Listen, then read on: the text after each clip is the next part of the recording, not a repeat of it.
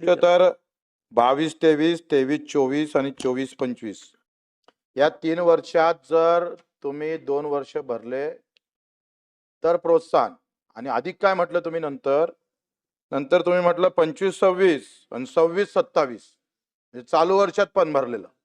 मला एक सांगा, चालू वर्षाचं कर्ज भरणार मार्च 27 मार्च आणि त्याला प्रोत्साहन निधी आता बोलताय. हे कोण लिहिलं शासन निर्णय?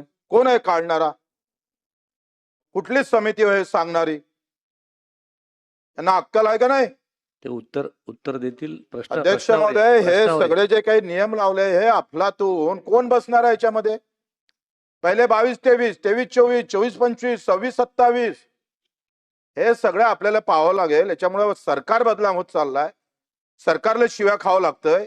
आम्ही जेव्हा फिरतो तेव्हा आम्हाला लोक शिव्या देतय. या ज्या प्रोत्साहनात लावलेल्या अटी आहे पहिले तुम्ही रद्द केल्या पाहिजे आणि 50च्या ऐवजी 1 लाख केलं पाहिजे. आता जर ही ओटीएस आपण राज्य सरकार करतं का बँक करतं हे पण स्पष्ट करा ना तुम्ही. बँक ओटीएस करत नाहीये, राज्य सरकारचा ओटीएसचा प्रस्ताव आहे. काय म्हणतो सरकार?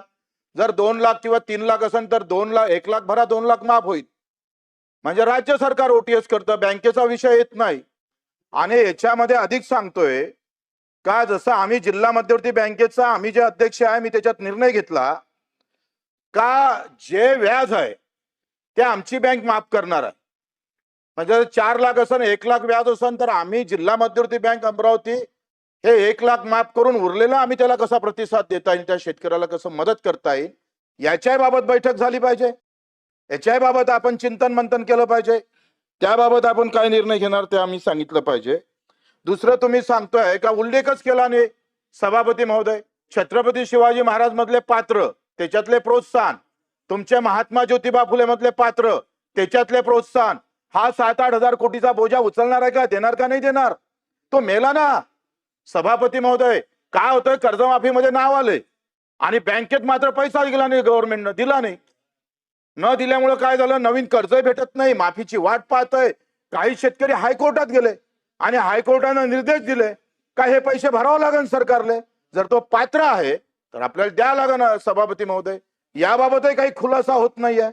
हा खुलासा केला पाहिजे. आपण हा खुलासा जर केला नाही. दुसरं तुम्ही काय म्हणताय, 2019चा जो महात्मा फुले मध्ये जो काही लाभार्थी आहे ज्याला लाभ भेटला त्याला तुम्ही फक्त 50,000 देणार. सांगा, त्याच्यावर 3 लाख कर्ज आहे, 2 लाख कर्ज आहे, त्यानं 1.5 लाख भरावं, 50,000 द्यावं, म्हणजे बँकेची वसुली म्हणावं का याला? याबाबत निर्णय घ्यावा लागेल. एकतर काय होतंय का या सगळ्या संदर्भात तुम्ही जे गुंतागुंतीचे मुद्दे वाढवले भारणे दादा, तुम्हाला माहित आहे का याच्यामुळे तुम्हाला आम्हाला कसं तोंड द्यावं लागतं हे पाहायला पाहिजे. आणि जर प्रशासकीय अधिकारी जर अशामुळे जर आपलं सरकार प्रशासकीय अधिकाऱ्यामुळे आपलं सरकार बदनाम होत असेल तर त्याच्यावर खरं तर आपण अपेक्षित उत्तर देणं गरजेचं आहे.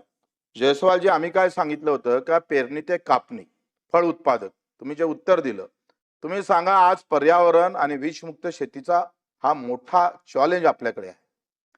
तुम्ही जे फळ पिकांना आपण 3 वर्ष देतोच, पण 3 वर्षानंतर जर आपण एमआरजीएस मधून जर कव्हर केलं आणि पुढचे 4, 5, 10 वर्ष दिले तर काजू उत्पादक, आंबा उत्पादक, संत्रा उत्पादक हा सगळा शेतकरी, केळी उत्पादक शेतकरी हा वाचू शकतं. त्याच्यासाठी खऱ्या अर्थानं फळ उत्पादक शेतकऱ्यासाठी अतिशय क्रांतिकारी योजना आहे. एमआरजीएस आम्ही सुरू केलेली योजना आहे, महाराष्ट्रानं देशाला दिलेली योजना आहे. त्याच्यामध्ये काही बदल करणं गरजेचं आहे. तो बदल आपण केला पाहिजे अशी अपेक्षा आहे. धन्यवाद. मंत्री महोदय, आता एकच विषय होता सभापती महोदय. ठीक आहे, सभापती महोदय, थोडक्यात नाही, तुम्ही निवांत होता, दरेकर साहेबांनी या तुमचे निवांत चालू आहे म्हणून जो मुद्दा उपस्थित केला, 1-2 मिनिटं त्यांचं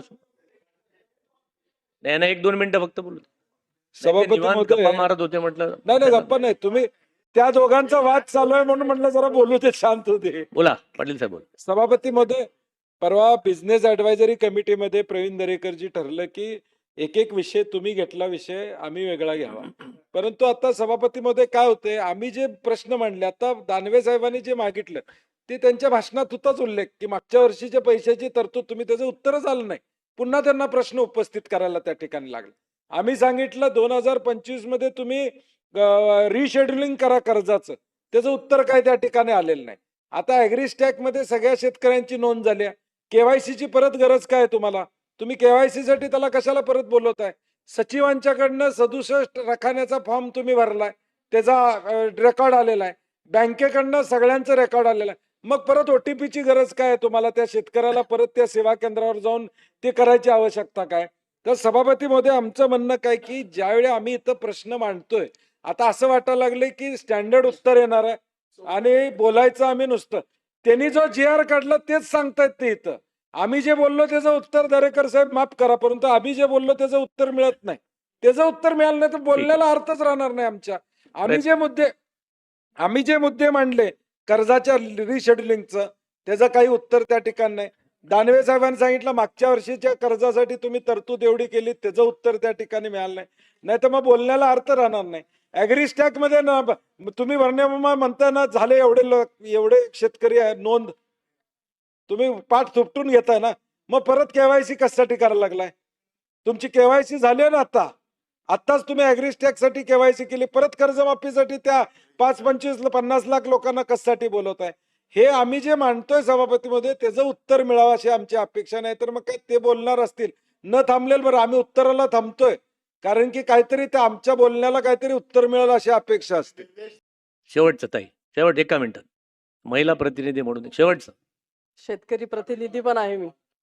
सभापतीजी, मी काल पण माझ्या भाषणामध्ये एक उल्लेख केला की मोठ्या प्रमाणामध्ये हिंगोली, वाशिम किंवा तो परिसर जो आहे तो हळद उत्पादक शेतकऱ्यांचा भाग आहे आणि आम्ही सारखी मागणी करतो आहे की ड्रायर आम्हाला उपलब्ध करून दिले पाहिजेत.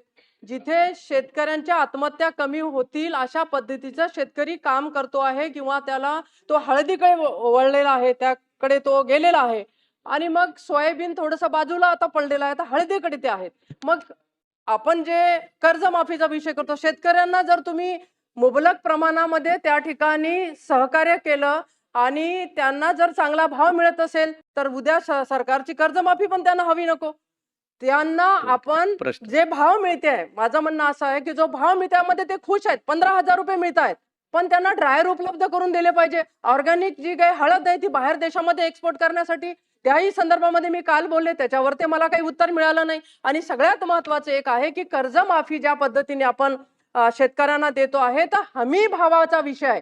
ती फरकाची रक्कम का आपण देत नाही? राज्य सरकारने ती फरकाची रक्कम द्यायला पाहिजे. कारण प्रस्ताव आपण केंद्राकडे पाठवतो, केंद्र त्याच्यामध्ये 500, 1000, 700 रुपयाचा फरक देतो आपल्याला, पण आपल्याला जे अपेक्षित आहे ते मिळत नाही. मग ते राज्य सरकार का करत नाही असाही माझा या ठिकाणी प्रश्न आहे. आणि मला असं वाटतं माझ्या प्रश्न केंद्र सरकारकडे आपण हमी भावासाठीचा आपला प्रस्ताव पाठवतो, त्यानंतर केंद्र सरकार हमी भाव ठरवतो, पण त्याच्यामध्ये आपल्याला अपेक्षित आहे 2000, 4000 सोयाबीनला मी काल पण बोलले 7500, 8000 भाव मिळाला पाहिजे. मंत्री महोदय करा सुरू. तो दिला पाहिजे ना, सगळ्या पिकांसाठी दिला पाहिजे, ही माझी मागणी आहे. सगळ्याला उत्तर सभापती द्या. सभापती महोदय. महोदय, करू द्या त्याच्यावर. दरेकर खूप वेळ. साहेबांनी खूप मला वाटतं वेळ. मुद्दा मांडला काजू निर्यात केंद्रासाठी परत देतो, परत संधी. पणन विभागाच्या परत संधी बाबतीत त्यांनी जो मुद्दा मांडला या बाबतीमध्ये सभापती महोदय निश्चित प्रकारे पणन विभागाशी चर्चा करून या बाबतीमध्ये सकारात्मक निर्णय घेतला जाईल. दुसरं नाही, निर्णयच घेऊ आपण, पण त्यांच्याशी चर्चा करून दुसरं 100% ऐका ना, या बाबतीमध्ये हा विषय थोडा ऐका ना, हा विषय थोडा जरा ऐक. हा विषय एक मिनिट, हा विषय ऐकून थोडा घ्या. पणन सभापती महोदय थोडा पणन विभागाशी असल्यामुळे थोडा पणन मंत्र्यांचा थोडा त्यांना पण आपण घेऊ ना बरोबर. ऐका. ठीक आहे, 100% शासन त्यांचं ठीक आहे. या बाबतीत सभापती नक्की निर्णय घेतला जाईल. दुसरं दानवे साहेब आपण त्यांनी मान्य केलं. ठीक आहे, केलं ना, सांगितलं. मान्य केलं, मंत्री महोदयाने मान्य केलं. दानवे साहेब आपण मागाशी मंत्री महोदय खरं तर यांत्रिकरणाच्या बाबतीमध्ये आपण प्रश्न ताई बोलू द्या. माझ्याकडे बघून बोला. सभापती माझ्याकडे बघून. महोदय, यांत्रिकरणाच्या बाबतीमध्ये मगाशी दानवे साहेबांनी विषय मांडला. सभापती महोदय, आपल्याला माहिती असावं, यांत्रिकरणाच्या बाबतीमध्ये जी मदत या राज्यातील शेतकऱ्यांना जी दिली गेली, गेल्या वर्षी 24-25 जर विचार केला तर आपण साधारण त्यांना 215 कोटी रुपये अनुदान दिलं होतं. आणि ह्या वर्षीच्या ह्याचा विचार केला 25-26 तर आपण राज्य सरकारने 1056 कोटी रुपये यांत्रिकरणाच्या माध्यमातून शेतकऱ्याला मदत केलेली आहे. त्या बाबतीमध्ये निश्चित प्रकारे अजून त्यात काय गोष्टी अजून आहेत. आपल्याला माहिती आहे की पूर्वी यांत्रिकरणाची लॉटरी पद्धत असायची, पण आता फर्स्ट कम फर्स्ट आपण याप्रमाणे हे केलेलं आहे. त्यामुळे निश्चित प्रकारे या राज्यातल्या खूप शेतकऱ्यांना त्याचा फायदा झालेला आहे. अजूनही शेतकऱ्यांचं पेंडिंग काय विषय त्या बाबतीमध्ये निश्चित शासन या बाबतीमध्ये आम्ही निश्चित त्याचा मार्गी लावू. दुसरं, प्रधानमंत्री पीक विम्याच्या बाबतीमध्ये मला वाटतं दानवे साहेबच बोलले. तर सगळ्यात आपल्याला माहिती आहे की खरीप हंगाम प्रधानमंत्री पीक विम्यामध्ये साधारणतः 14 पिकांचा समावेश असतो आणि रब्बीचा 6 पिकांचा. साधारणतः खरीप हंगाम 2025 करता एकूण 2407 कोटी रुपयाचा विमा हप्ता आपण भरला होता.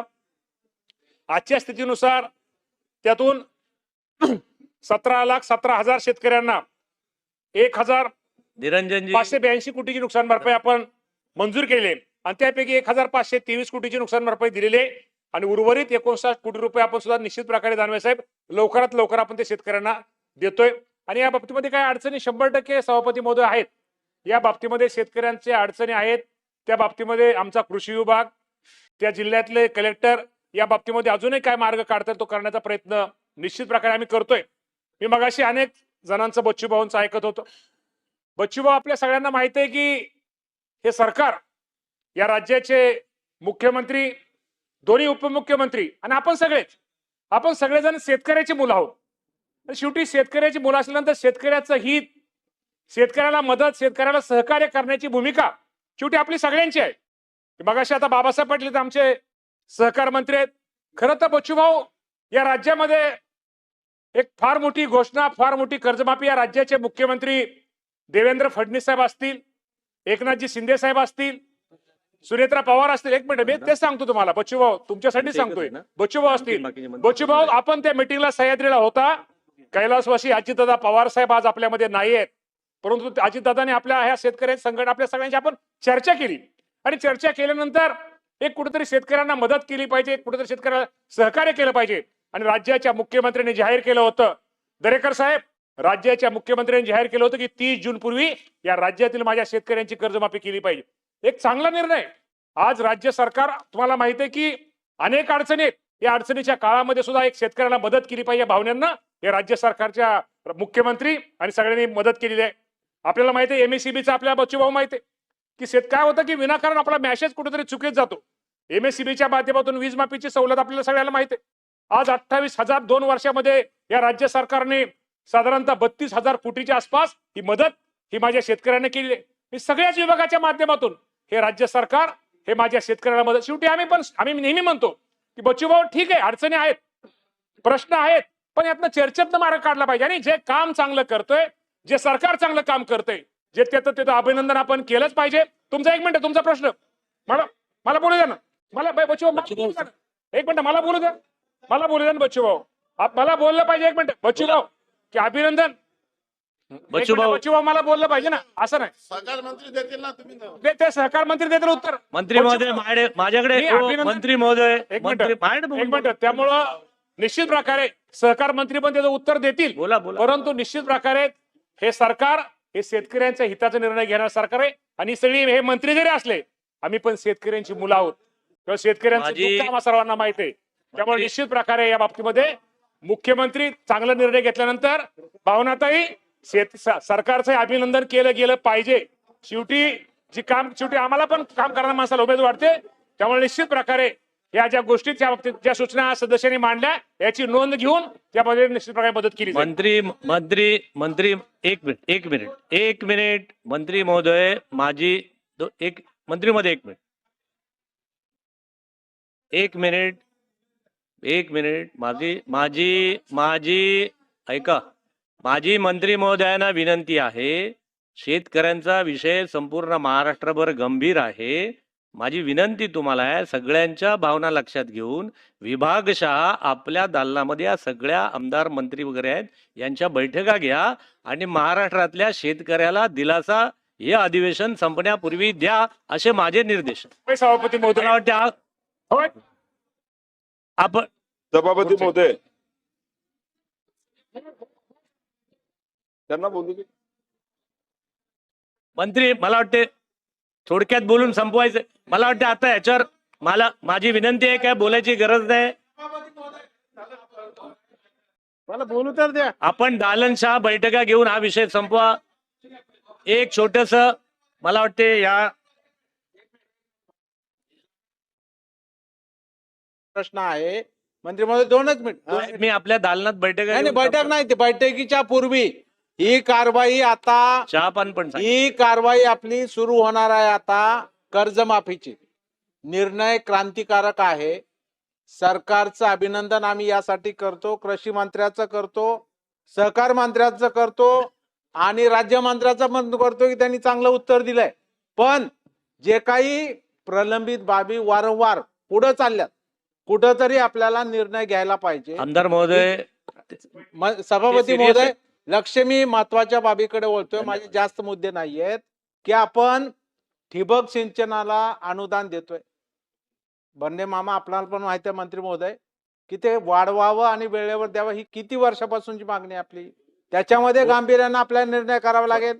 दुसरं, जे पोखरा योजना सारखी चांगली योजना महाराष्ट्र सरकारनं दिली, केंद्रानं दिली, आता पण तेच गावाची संख्या सभापतींनी वाढवली निर्देश पाहिजे. दिल्यानंतर मला वाटतं